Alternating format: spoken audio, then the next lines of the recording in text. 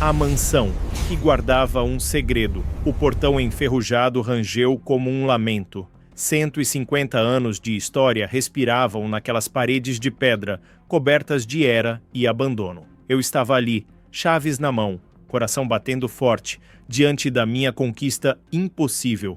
Uma mansão vitoriana que ninguém quis comprar. Diziam que era assombrada, diziam que era amaldiçoada, mas eu só via beleza esquecida, esperando por uma segunda chance. Enquanto a porta principal se abria com um gemido profundo, eu não sabia que estava prestes a abrir também as feridas mais dolorosas de alguém. A mulher surgiu do nada, cabelos grisalhos ao vento, olhos vermelhos de fúria ou de choro.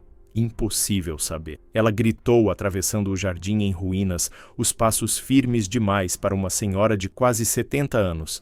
Essa casa era do meu filho! A voz ecoou como uma acusação, como uma súplica, como um fantasma ganhando forma. Meu sangue gelou. Minha mão apertou as chaves até machucar. O tempo parou. O vento parou. Só aquele grito continuava ressoando no ar espesso da tarde. Eu deveria ter sentido raiva, deveria ter me defendido, afinal, eu havia comprado aquela propriedade legalmente, com documentos assinados e registrados em cartório. Mas quando nossos olhos se encontraram, quando vi a dor atravessando cada ruga do seu rosto, entendi que aquela casa não guardava apenas tijolos e memórias. Ela guardava uma alma despedaçada. E eu, sem saber, havia comprado o último pedaço de chão onde o filho dela ainda respirava. O que começou como um sonho de restauração se transformou na história mais devastadora que já vivi, porque por trás daqueles muros centenários, eu descobriria segredos enterrados há décadas. Descobriria por que aquela mansão foi abandonada. Descobriria por que ninguém ousava entrar ali. E descobriria que algumas casas não são assombradas por fantasmas, mas por verdades que deveriam ter permanecido escondidas para sempre. Esta é a história real de como uma compra imobiliária me colocou no centro de uma tragédia familiar antiga, onde cada tijolo restaurado revelava uma nova camada de dor, e onde a linha entre salvar uma casa e salvar uma alma se tornou impossível de distinguir. Prepare-se, porque o que você está prestes a ouvir vai mostrar que nem todo recomeço é libertador. Às vezes, reconstruir o passado significa enfrentar fantasmas que nunca morreram. Nas primeiras semanas, fingi não ver a mulher. Ela aparecia todos os dias, sempre no mesmo horário, 3 da tarde em ponto, quando o sol começava a descer e as sombras da mansão se alongavam pelo gramado selvagem. Ficava parada do outro lado da rua, imóvel como uma estátua de sal, observando cada movimento dos operários, cada saco de entulho sendo retirado, cada janela sendo aberta depois de anos selada. Meus pedreiros sussurravam entre si, meu arquiteto sugeriu uma ordem de restrição, mas eu não conseguia tirar da cabeça aquele primeiro grito. Essa casa era do meu filho.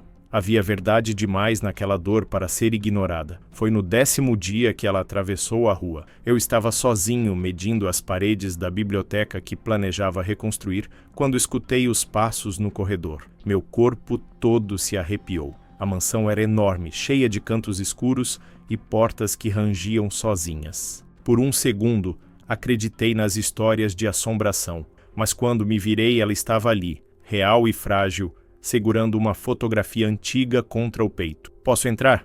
ela perguntou, e sua voz não tinha mais raiva, apenas um cansaço infinito.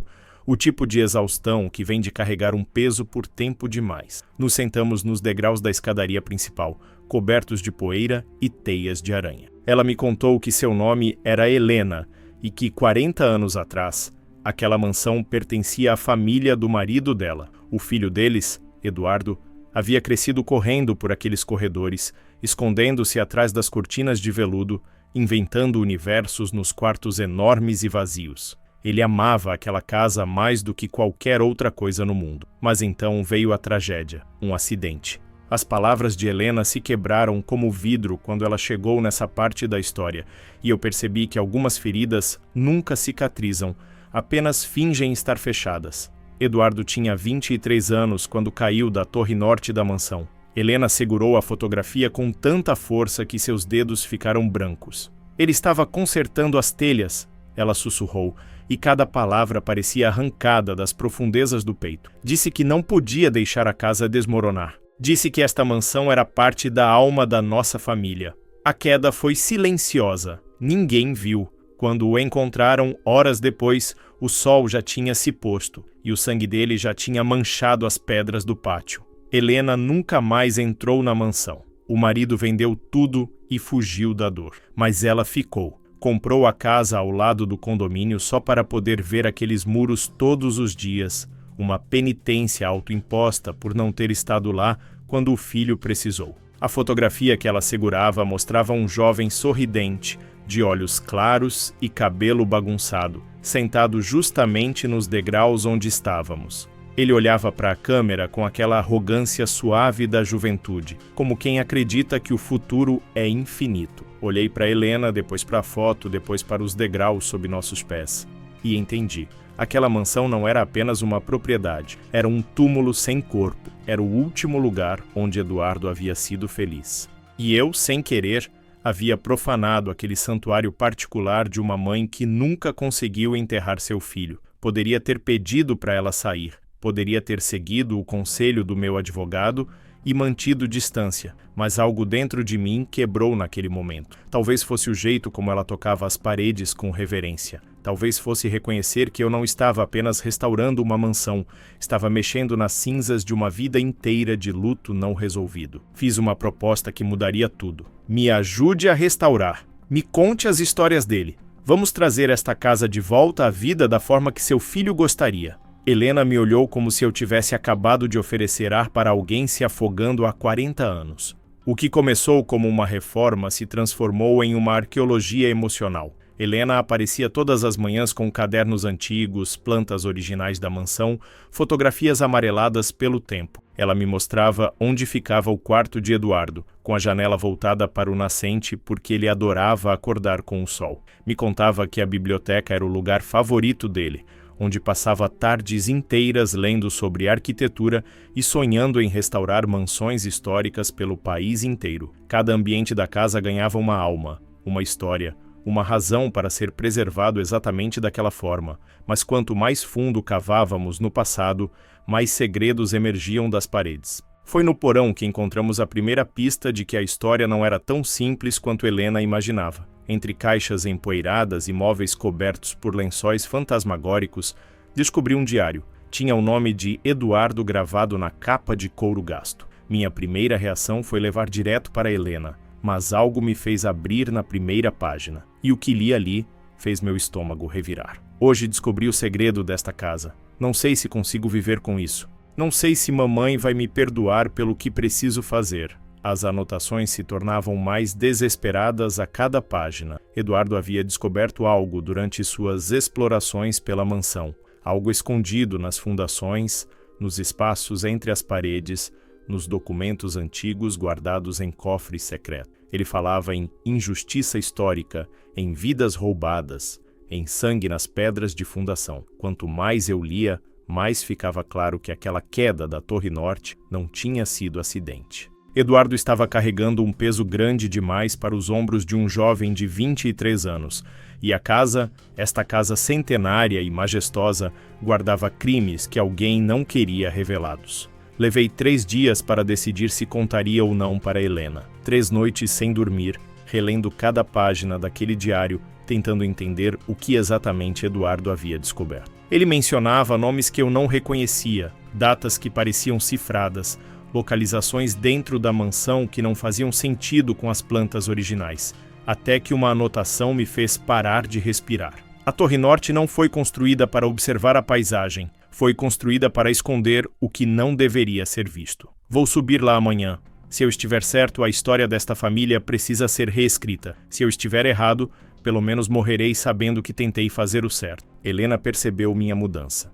Perguntou o que havia acontecido. Perguntou por que eu olhava para a Torre Norte com aquela expressão perturbada. Não consegui mentir. Entreguei o diário nas mãos dela e assisti enquanto 40 anos de certezas desmoronavam página por página. As lágrimas vinham silenciosas, grossas, carregadas de uma dor renovada que parecia impossível de ser maior do que já era. Mas a dor de uma mãe não tem limite. A dor de descobrir que seu filho não apenas morreu, mas morreu carregando segredos e talvez até mesmo sendo silenciado por eles, é uma agonia que transcende qualquer palavra. Contratei um engenheiro estrutural com a desculpa de avaliar a segurança da torre, mas a verdade é que eu precisava entender o que Eduardo havia descoberto. Levamos 2 dias desmontando paredes, analisando a estrutura, procurando por espaços vazios ou compartimentos ocultos. No 3º dia, encontramos. Atrás de uma parede falsa, no último andar da torre, havia uma sala secreta,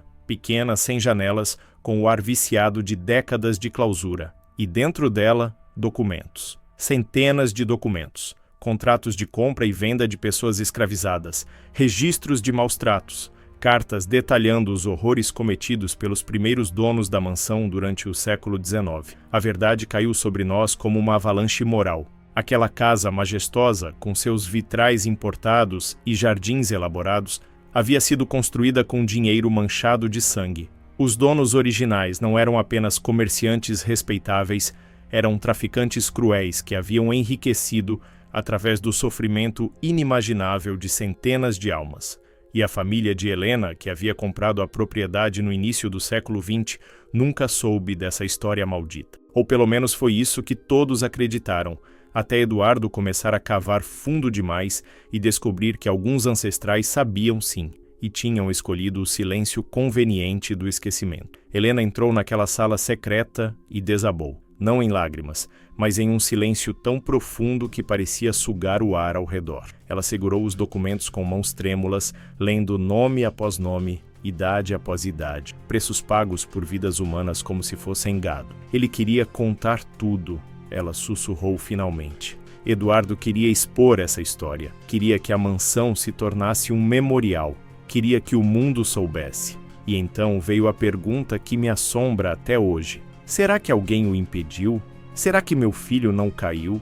Será que foi empurrado? A investigação que se seguiu foi dolorosa e inconclusa. A polícia reabriu o caso, mas 40 anos é tempo demais para encontrar evidências concretas. Testemunhas haviam morrido ou esquecido detalhes cruciais. A cena do acidente havia sido contaminada décadas atrás. Nunca saberemos com certeza se Eduardo escorregou ou se foi silenciado por querer fazer a coisa certa. Mas o que ficou claro foi a coragem daquele jovem que preferiu arriscar tudo a ser cúmplice silencioso de injustiças históricas. Ele não teve medo de enfrentar o passado sombrio da própria família. Não teve medo de manchar o nome que carregava se isso significasse honrar as vidas que haviam sido roubadas. Helena e eu tomamos uma decisão juntos. A mansão seria restaurada, mas não como uma residência privada. Seria transformada em um centro de memória e verdade histórica. Cada cômodo contaria uma história. A biblioteca de Eduardo se tornaria um espaço de pesquisa sobre escravidão e reparação histórica. A sala secreta da torre seria preservada exatamente como a encontramos, um testemunho silencioso dos horrores que belas fachadas podem esconder. E no jardim onde Eduardo costumava brincar quando criança, seria erguido um memorial com os nomes de todas as pessoas escravizadas, mencionadas naqueles documentos, para que nunca mais fossem esquecidas. A obra levou 2 anos. Cada tijolo recolocado carregava uma intenção de cura. Cada janela restaurada representava uma verdade finalmente trazida à luz. Helena trabalhou ao meu lado todos os dias, transformando seu luto em propósito, sua dor em legado. Ela criou um arquivo completo sobre a vida de Eduardo, não apenas as partes felizes, mas também seu despertar de consciência, sua luta moral, sua coragem final. Meu filho não foi perfeito, ela me disse certa tarde enquanto organizávamos as exposições, mas foi corajoso o suficiente para tentar corrigir os erros que herdou. E isso significa mais do que qualquer perfeição. No dia da inauguração do Centro de Memória Eduardo Silva, mais de 1000 pessoas compareceram. Descendentes de pessoas escravizadas, historiadores, ativistas, estudantes, curiosos. Helena fez um discurso que não deixou olhos secos. Ela falou sobre a importância de enfrentar verdades desconfortáveis, sobre como o amor verdadeiro por nossa história significa reconhecer tanto as glórias quanto as vergonhas, sobre como seu filho havia entendido isso com apenas 23 anos, enquanto homens muito mais velhos escolhiam a covardia do silêncio. Eduardo não morreu em vão, ela declarou. voz firme pela primeira vez em 4 décadas. Ele plantou uma semente de verdade que demorou 40 anos para germinar, mas hoje finalmente floresce. Enquanto as pessoas circulavam pelos corredores restaurados, parando diante das placas informativas, lendo os nomes no memorial do jardim, emocionando-se com as cartas e documentos expostos, percebi que aquela mansão finalmente havia encontrado sua redenção, não através de esconder seu passado sombrio, mas através de expô-lo completamente. As paredes que um dia guardaram segredos monstruosos agora ecoavam com verdade e reconhecimento. E Eduardo, aquele jovem corajoso que ninguém conseguiu silenciar completamente, havia vencido sua batalha póstuma. Helena me abraçou no final do dia, quando o último visitante foi embora e ficamos sozinhos no jardim iluminado por lampiões antigos. Obrigada por não ter me expulsado naquele primeiro dia, ela disse. Obrigada por ter escutado minha dor. Obrigada por ter honrado meu filho. Mas a verdade é que eu deveria agradecer a ela, porque ela me ensinou que restaurar uma casa é fácil. Restaurar uma alma, um legado, uma verdade enterrada, isso sim exige coragem real. E que às vezes comprar uma propriedade significa assumir também a responsabilidade pelas histórias que ela carrega. Hoje, 5 anos depois, o Centro de Memória Eduardo Silva recebe milhares de visitantes por ano. Escolas trazem alunos para aprender sobre história de forma visceral e verdadeira. Pesquisadores usam nosso arquivo para dissertações e livros. Famílias descobrem informações sobre ancestrais que pensavam estar perdidas para sempre. E Helena, agora com quase 80 anos, continua dando tours pessoais, contando a história do filho com o orgulho imenso de quem sabe que a dor não foi em vão, que o luto se transformou em luz, que a memória se tornou o monumento vivo. A mansão de 150 anos não é mais assombrada. Ou talvez seja, mas agora pelos melhores fantasmas possíveis. Verdade, coragem, justiça tardia e amor materno que transcende até mesmo a morte. Eduardo nunca foi esquecido. Pelo contrário, tornou-se símbolo de uma geração que ousou questionar narrativas confortáveis e exigir reconhecimento para injustiças históricas. E tudo isso porque uma mãe gritou: "Essa casa era do meu filho", para um estranho que poderia ter ignorado, mas escolheu escutar. Se essa história te tocou, não esqueça de deixar seu like. Isso ajuda mais pessoas a conhecerem histórias como a de hoje. E me conta nos comentários: o que você faria se descobrisse que o lugar onde vive guarda segredos sombrios do passado? Você teria a coragem de Eduardo? Você escutaria a dor de Helena? Porque no final não se trata apenas de casas ou mansões. Trata-se de reconhecer que cada tijolo que pisamos foi colocado por alguém e que ignorar de onde viemos é garantir que repetiremos os mesmos erros. A verdade dói, mas o esquecimento mata. E algumas histórias precisam ser contadas, não importa quanto tempo leve para que finalmente encontrem voz.